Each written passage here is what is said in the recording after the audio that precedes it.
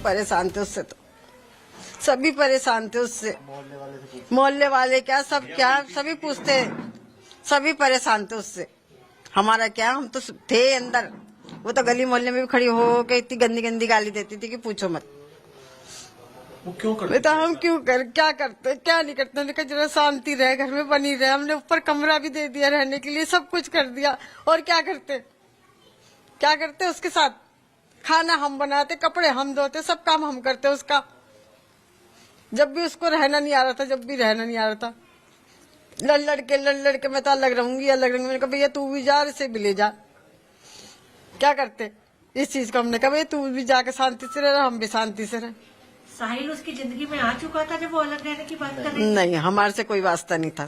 साहिल आ रहा कि कितने साहिल आ रहे हैं और कितने जा रहे हैं हमें कुछ पता नहीं। तो साहिल ने उसका खाली हमारा लड़का घर पे आता था जाता था, बस हमें इतना पता। बस साहिल ने किस तरीके से उसका दिमाग जो है बदला, हमें इस विषय में पता ही नहीं है। किसी ने कोई किसी का दिमाग बदलता नहीं आजकल के टाइम में। साहिल को आप लोग नहीं जानते थे। आप ये बताइए कि जब शादी हुई थी उसके बाद दिमाग किस तरीके का था? लड़ाई किन बातों पर करती थी? मतलब उसकी बुद्धि से आपको क्या लगता था? क्यों उसको यहाँ पर भी रह के आजादी चाहिए थी कि मैं घूमूं फिरूं सड़कों पे, इधर इधर इधर इधर। वो चीज हमें पसंद नहीं थी, और लड़के को भी इतनी पसंद नहीं थी। वो उसके कहने में उसे ले जाता था, करता था जब भी वो लड़ाई करती थी।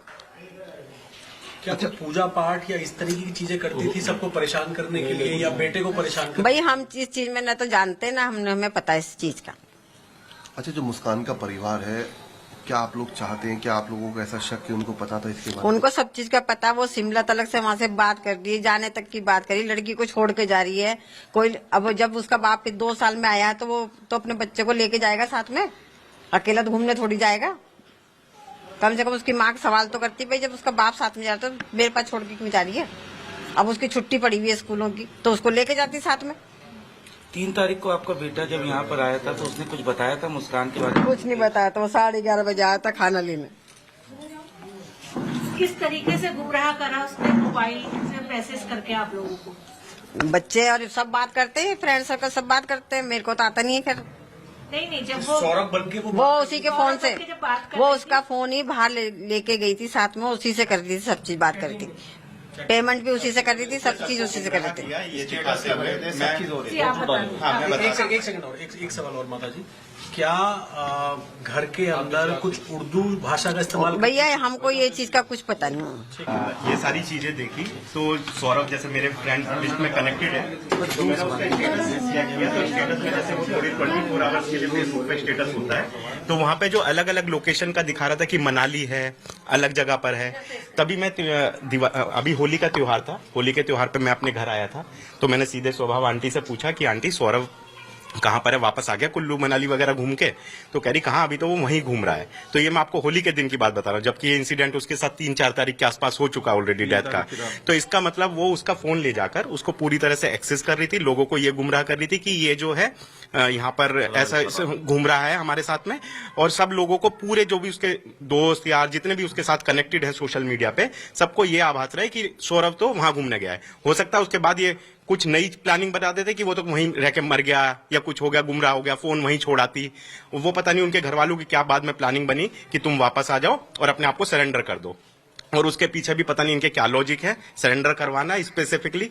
अगर माँ बाप को इतनी ही चिंता थी अपने दामाद की, तो अपनी लड़की को ऐसे सरेंडर कोई नहीं करवाता, चाहे वो उसने गलत भी किया हो। इतना आज के डेट में माँ बाप इतना समझदार कोई नहीं है कि अपने बच्चे को सीधे ले जाके पुलिस के हवाले कर देगा, है ना, नहीं करने का। ये सब जैसा भी हुआ है उसके पीछे अभी भी क्या उसके कारण और मंशा है, वो तो वही लोग बता सकते हैं।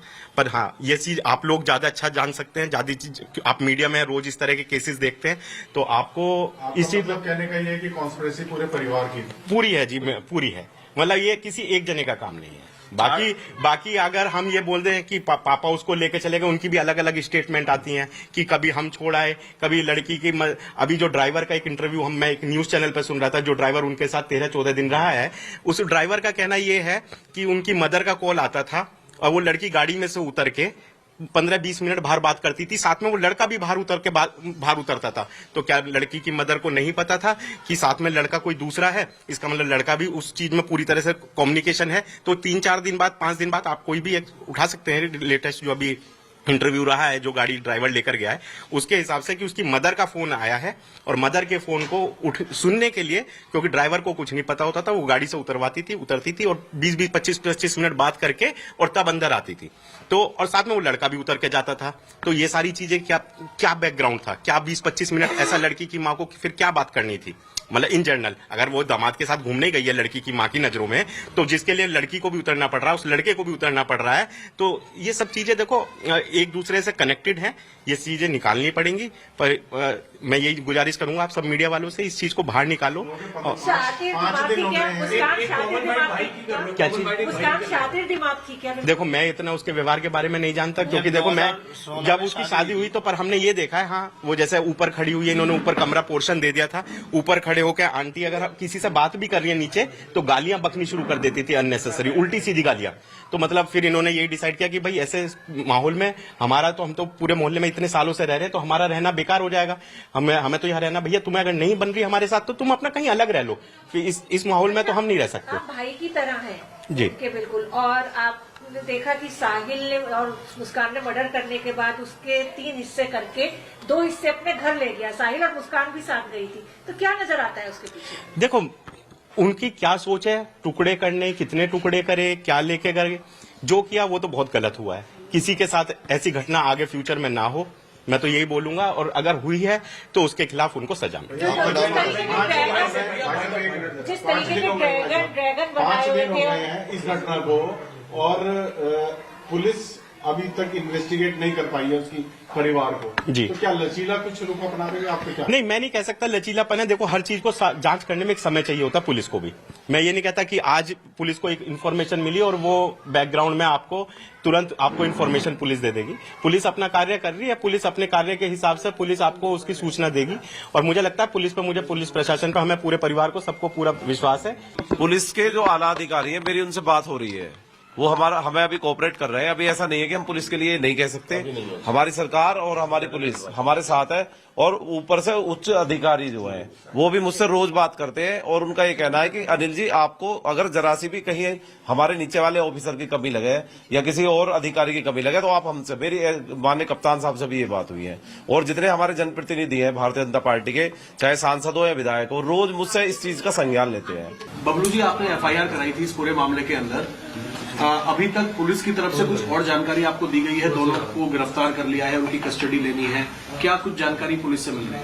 नहीं, जितनी जानकारी शुरू में मिली है वही मिली है अभी तक, उसके अलावा कोई। जो मुस्कान थी, जब उनकी शादी हुई आपके भाई से, शुरुआत से लेके जब तक वो यहाँ रही या किराए के घर में रही, उनका कैसा व्यवहार था? क्या परेशान करती थी? किस तरीके से परेशान करती थी परिवार के लोगों को? गाली गलौज करती थी वो बहुत, किसी भी बात पे चालू हो जाती थी, बर्तन फेंकना, अपनी बच्ची को मारना, ये सब वो बहुत परेशान करती थी।